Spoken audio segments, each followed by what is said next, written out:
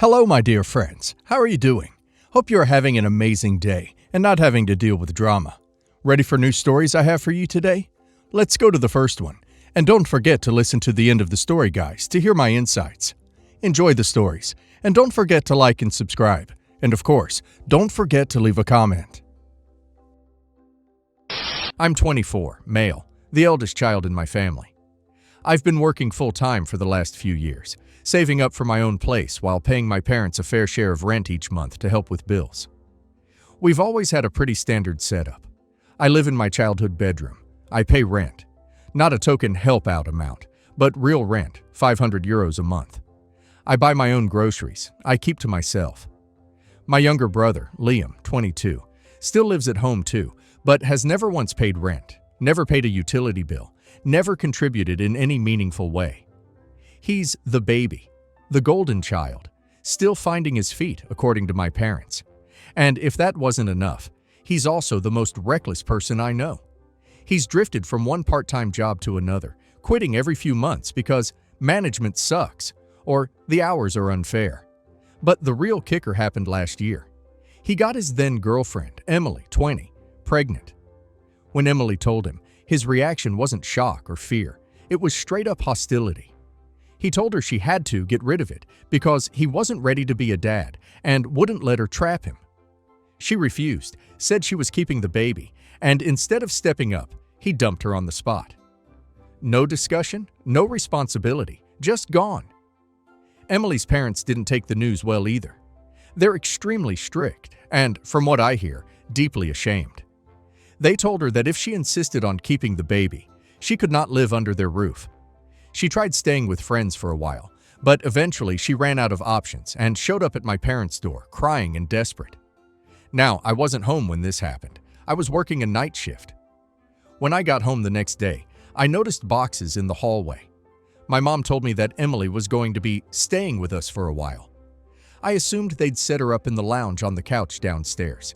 But then my dad dropped the bomb. They had decided it was best if Emily took my bedroom. Their reasoning? You're older, you're independent, you can handle it. She's pregnant and needs comfort. You can move into the small room in the basement for now. That small room wasn't even a proper bedroom. It was basically storage, full of old junk, damp and freezing in winter. I asked why she couldn't just use that room if it was available, and they said she deserved a proper bedroom in her condition. I said, then what about Liam's room? It's bigger than mine. That's when they really laid it out. 1. Liam's room is his safe space, and they didn't want to disrupt him.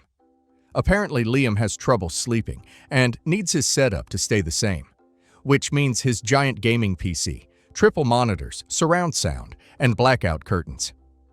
2. He's not good with change, and they didn't want to stress him out while he's looking for a new job. Translation: playing Call of Duty 14 hours a day. 3. He works from home sometimes. This is laughable because his work is occasionally streaming on Twitch to 3 viewers, but my parents acted like he was running a Fortune 500 company. 4. He needs his bathroom. His room has an ensuite. Mine doesn't. They didn't want to make him share because he's particular about hygiene. As if Emily, who is pregnant and homeless, is somehow dirtier than my brother's floor covered in empty Red Bull cans. So, apparently, the only logical choice was to take my room, because I'm older, independent, and can handle it. I said no. I told them I pay rent. I also have the right to my own space, and if they wanted to help Emily, they should find a way that didn't involve shoving me into a glorified closet. They told me I was being selfish and thinking only of myself when there's an unborn baby to consider. My dad even said, "You'll understand when you're a parent one day," which made me laugh out loud, because apparently, parenthood is optional for my brother, but a moral duty for me. 2 days later, I came home from work to find my room completely cleared out. My clothes, desk, and bed had been shoved into the basement room. Emily's things were already in my old room, and she was lying in my bed, scrolling through her phone like she owned the place. I was furious. My parents said they had to make the change quickly so Emily could settle in. I told them if they were going to treat me like a second-class citizen in my own home, then I wasn't staying. I packed my essentials, Went to a friend's apartment, and within a week, I signed a short-term rental on a small flat. Here's the important bit. I stopped paying them rent immediately. I figured, why should I pay them €500 a month when they've literally kicked me out of my own room for someone who isn't even family anymore? Well, apparently, my parents assumed I would keep paying rent even after moving out. When I told them, obviously I'm not paying you anymore, they acted shocked. My mom said, but we've budgeted with your rent in mind, and things are tight. My dad said I was leaving them in the lurch and punishing them for helping someone in need. Then came the guilt trip. They told me I was a horrible son for abandoning them when they're struggling financially, that I was selfish for not supporting them after everything they've done for me, and that I was ruining their life by making them stress about bills. I told them, point blank, you kicked me out of my own room for your son's ex-girlfriend, the same girl he abandoned when she got pregnant. You chose her over me. You can't now expect me to bankroll your charity project. That was about a month ago. Since then, the family drama has been relentless. My brother has been radio silent with me. Not that we were close before. But apparently, he's checking on Emily regularly and trying to do the right thing, now that the baby's almost here. Which is rich considering he still hasn't offered to pay a cent towards her living costs. My parents, meanwhile, keep sending me passive-aggressive messages about how hard it is to make ends meet without your contribution. They've even suggested I could just send a couple hundred each month if I really can't afford the full rent, as if this is some kind of subscription service I'm morally obligated to keep paying. The thing is, I can afford it, but I refuse on principle. I work hard for my money, and I'm not going to funnel it into a household that kicked me out for someone who only ended up there because my brother bailed on his responsibilities. What makes this even more maddening is the double standard. When I was 20 and struggling after losing a job, my parents told me I needed to learn to stand on my own 2 feet and refused to lower my rent even for 1 month. I scraped by eating instant noodles for weeks at a time because that's adulthood. But Emily? She gets my room, free accommodation, free food, and constant sympathy. Friends I've told about this are mostly on my side, though one said I could have at least given them a couple months to adjust financially before cutting off rent completely. But to me, that's just rewarding bad behavior. They made a choice that pushed me out of my own home, and choices have consequences. Now my parents have escalated. Last week, my mom called me crying about how the stress is affecting her health, and how the house doesn't feel the same without you. She actually said, "You're punishing me for being a good person." I told her, if being a good person means screwing over your own kid, then yeah, I guess I am punishing you. She hung up on me. My dad texted later saying, "You'll regret this one day when we're gone, and you realize you abandoned your parents." I didn't reply. The truth is, I have been questioning myself. Not because I think I'm wrong, but because the sheer amount of guilt they're trying to dump on me is exhausting. I keep wondering if I should have handled it differently, maybe given them some kind of grace period or partial support. But then I remember the sight of Emily in my bed in my room, while my stuff was shoved into a moldy basement, and my resolve hardens again. It's not about the money, it's about respect. And right now, I don't think my parents respect me at all. They respect my brother's excuses, Emily's situation, and their own need to feel like heroes. But me? I'm just the ATM who can handle it. So, Reddit. Am I the a-hole for refusing to keep paying rent after my parents kicked me out of my room for my brother's pregnant ex-girlfriend? So, let me get this straight. OP's brother plays video games all day in a luxury suite with an ensuite bathroom. But OP, the paying tenant, get tossed into a moldy storage closet because Princess Emily needs his sunlight and space. And then they still want OP's money? OP's parents don't need financial help. They need a reality check and a mirror to stare at until they realize what terrible parents they've been. And now let's hear community's opinion. This isn't about helping a pregnant woman. This is about your parents protecting their precious golden child at all costs. They couldn't possibly inconvenience their unemployed man-baby, so they sacrificed the one kid who was actually contributing. And the fact that they're still chasing you for rent after throwing you out, that's not just audacity. That's Olympic-level entitlement. Not the a-hole. Your parents didn't want to stress your brother out by moving him, but apparently they had no problem stressing you out by evicting you from your own room. They turned you into an ATM with no rights, and now they're shocked you shut the bank down. I hope you enjoy your new place and send them an itemized bill for the years you subsidized their golden child. Oh no, they're struggling without your rent. Good. Actions meet consequences. If they can't afford to support the woman their precious boy abandoned, then maybe they shouldn't have volunteered to house her by throwing you out. You're not ruining their life. You're just refusing to keep financing their bad parenting. So basically, my wife, 39, found out that I, 41, have been hooking up with a woman I met online who lived 2 hours away. When the woman visited, we checked into a hotel. This went on for 3 months, and we had met a handful of times when my wife caught us. She was waiting in the lobby and saw us coming down from the room. She left me the next day.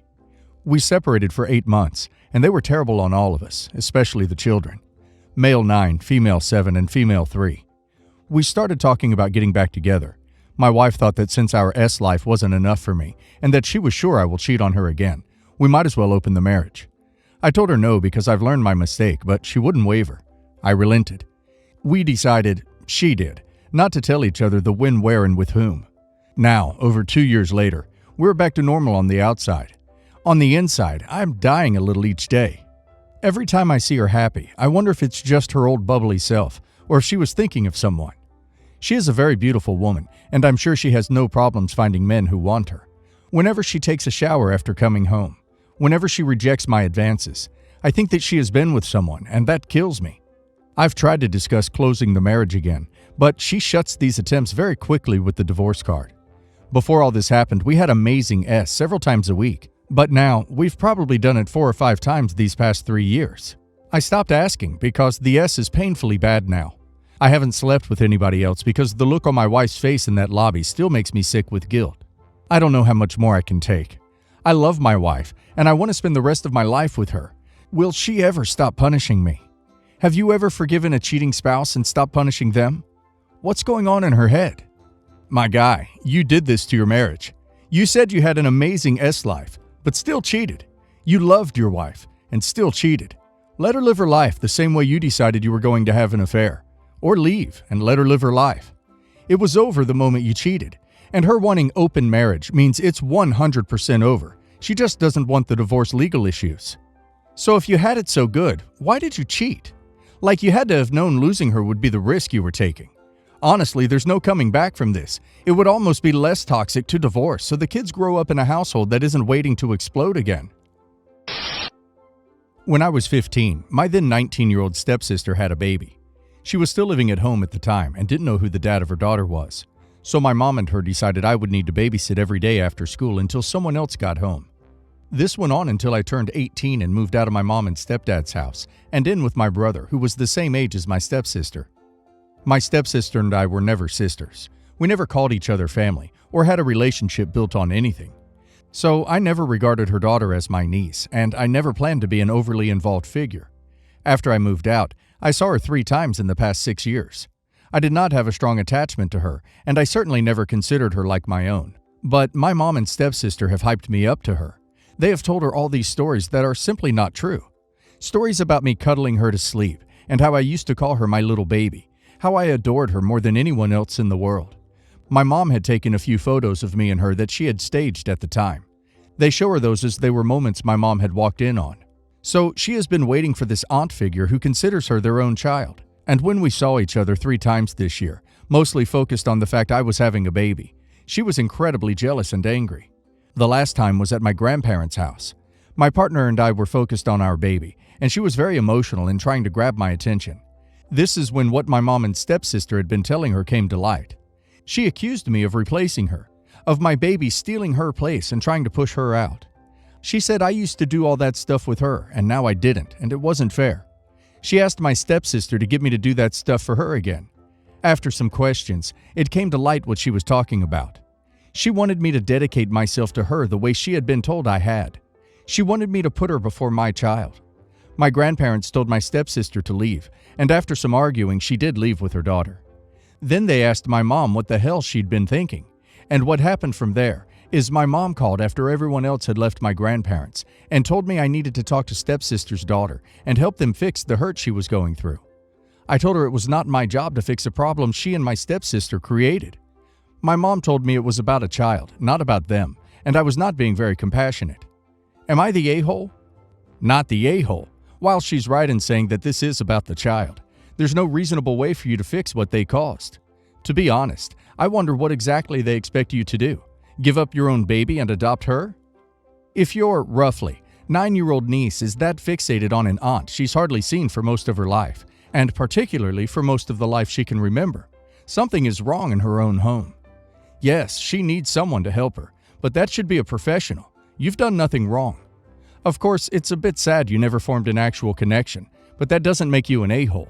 You were a teenager who didn't choose to become a free babysitter for 3 years. Congrats on your own child. Not the a-hole. You were the forced caretaker for years, when the child's mother would have been the responsible party. Maybe they made up the story of a loving aunt to make up for them not being the best caretakers after you left. But regardless, they created the hurt the girl feels, not you, and it's their problem to fix. Not the a-hole. First, they force you to babysit for 3 years. Then they expect you to be super aunt and focus solely on the kid? Do I feel bad for the child? Yes. But the mom and stepsister created this fantasy and need to deal with it. They want you to be involved in fixing it so that they don't have to take the blame for what they did. This happened a while ago, but I'm trying to reflect on a lot of stuff that happened to the family, so I need opinions. Mother-in-law was not invited to our wedding because she sucks. Father-in-law and both sister-in-laws were invited. The 12-year-old said she wasn't coming because we aren't her family and she isn't going to play family without her mom. She screamed at me for trying to talk to her and said until we make up with mother-in-law, don't talk with her. Father-in-law told her that he was not going to pressure her to come, but then she found out that father-in-law and some other family members were having a little family vacation after our wedding. We got married out of state, and she didn't want to miss out. Mother-in-law was in Mexico with friends. We were getting married at a rental house, and he asked if she could come stay in the room during the wedding. That was fine. Sister-in-law ended up coming down 3/4 of the way through in pajamas because she was bored. Father-in-law was an emotional wreck at the wedding, sitting in a corner getting drunk. He never drinks. And calling mother-in-law every hour to tell her that he loves her and he's sorry he came. Mother-in-law was out partying and giving him one-word answers, and by the time sister-in-law came down, he was drunk to the point he could barely speak. Sister-in-law was hanging out with her aunt and uncle, still wearing pajamas. I sent dear husband over to ask her to leave. She did not have anything appropriate to change into, and the wedding was close to over, so she was told to go to her room. She did, but the uncle gave me a dirty look. We ate breakfast with them in the morning before we left on our honeymoon, and father-in-law was on the phone with mother-in-law again, telling her that he shouldn't have come and he wishes he could go back in time and stay with her. Mother-in-law was laying on the beach, looking annoyed. Sister-in-law took the phone and told her about being asked to go to her room, and mother-in-law started screaming at me that I'm a bee and why am I picking on her child. She said she is just a kid and called me a freak for caring. Dear husband finally took the phone and hung it up. We're currently planning to see them after 4 months of no contact, not because of this, and I just wanted to know if I was in the wrong. Not the a-hole, because it's your wedding, and asking her to at least be dressed nicer than PJs if she wants to come isn't a huge ask. That said, not sure how it really would have ruined anything to have her wandering around in her PJs, given her dad was already having a drunken meltdown in the corner and the wedding was almost over. Info. Tell us more about the setting. This was the reception after the wedding, right? What time was it and how many non-family guests were still there? Was it in the hotel lobby? Did you tell your stepsister she had to go and change if she wanted to join in, or did you tell her she had to leave? It was the living room and porch area of a rental house. It was about half family and half not family. It was probably 1 in the morning. She didn't have any remotely appropriate clothes. The family vacation was going to be rafting and other outdoor stuff, so all she had was shorts and t-shirts. So let me get this straight. You berated a child for coming downstairs at 1 a.m. in her pajamas to speak to her aunt and uncle. Clearly, she wasn't interrupting anything. And unless your wedding started ridiculously late in the day, she had probably been sitting upstairs alone for several hours. She was probably lonely and bored. And instead of saying, hey, it's pretty late, but you can hang out for a bit before bed, you sent her back up into isolation. Yes, you are massively the a-hole here. My husband's mother has never liked me, and she was cranky from day one. Honestly, she never did anything egregious, but I don't tolerate aggression, and he had never been close to her, so we went no contact. We still had a relationship with father-in-law and one sister-in-law, though mother-in-law's other daughter chose to not have a relationship with us. I could tell for a while that it was bothering father-in-law. He was very withdrawn at our wedding, and when I tried to comfort him, he snapped at me that I have no idea how much it hurts to be there without his wife. Mother-in-law almost died over the summer due to a freak accident on a friend's boat. She was in a coma for a couple of days and has had to do physical therapy. Father-in-law called us when she got home and said he can't see us anymore because when he was looking at her in the coma, he couldn't live with the fact he hangs out with people who hate her, and he can't play both sides anymore. My husband got very upset and asked him to reconsider, but father-in-law said from now on they are a package deal, and if we can't respect her, he can't see us. My husband has been devastated, and I'm trying to help him work through it, but he has gone to their house multiple times to talk to his dad. Father-in-law will not see him unless he apologizes to his mom, though mother-in-law has said that she doesn't want to see him and doesn't want an apology. The last time dear husband went over there, the sister-in-law we are estranged with called the cops. I sat down with him recently and we had a serious conversation about how it isn't okay. I said that he needs to respect his dad's boundaries. He can't trespass, and he can't force a relationship. I told him point blank that his actions were completely inappropriate. He is now mad at me for not having empathy and said that was a robotic response and he can't lose his dad. Edit for some of the stuff she did. She would not eat my cooking and clung to father-in-law's arm whining that she was hungry. She was constantly making jokes about my outfits, and my husband must really love me to put up with the frumpiness. When father-in-law bought her things, she would literally be like, "I got something and you didn't."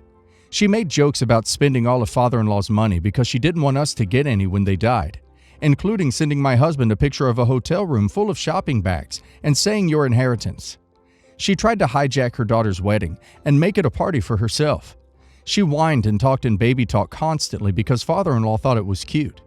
She kept giving me marital advice when she had been asked to stop, and then said I was doing marriage wrong because my husband doesn't baby me. She sprayed me with a hose while she was watering her dog, and then just laughed and would not apologize, and said I should get a sense of humor. Not the a-hole. Doesn't he understand the concept of no? His parents are telling him no. He needs to respect it and work through his feelings on his own, without repeatedly bothering two traumatized people. Not the a-hole. I see why your husband reacted in such a way. He is hurt and can't see that his behavior is going to be more damaging in the long run. But his sister called the police, and he needs to accept that his behavior is not okay or wanted. I know it's horrible for him, but his dad has as much right to go no contact with you as the two of you did with his mother. Just because he doesn't like it doesn't mean he can completely disregard it. It seems they respected your wishes, and now you have to respect theirs. I hope he can see that sooner rather than later. Everyone sucks here. Mother-in-laws are annoying, petty, and weirdly jealous.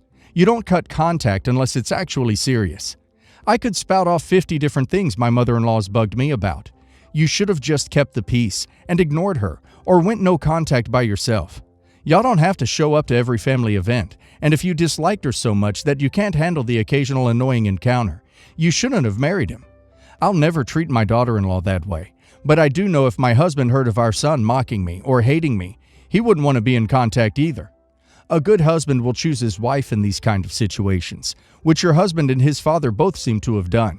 Now it looks like your man has lost his whole family as a result. You should be more empathetic since he did it for you, and consider being the bigger person. Apologize, and no more mocking, so at least father-in-law will be willing to talk to his son. It's not about respecting boundaries in this situation. It's gonna be about whether or not you care more about your husband maintaining close familial bonds he has with his father, or you being annoyed by your mother-in-law. It started with you, and it's gotta end with you. Long story short, my 24 male sister Tina, 26, married one of my best mates, Ben, 24, a year ago. Ben was my roommate in uni. He'd met Tina through me and they quickly began dating. I've warned Ben in advance that my sister is a materialistic and selfish person, and I was convinced he'd eventually drop her, but to my surprise, they ended up tying the knot. Tina and I have never been close due to the above-mentioned reasons, so I've put a little distance between myself and Ben, but we're still close friends.